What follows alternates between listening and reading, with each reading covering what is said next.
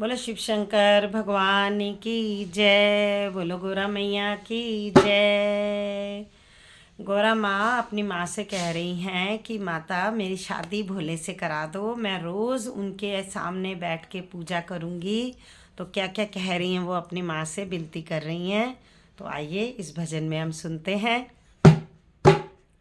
मेरे रंग में रंग मत डाले मेरी माँ, ब्याह करवा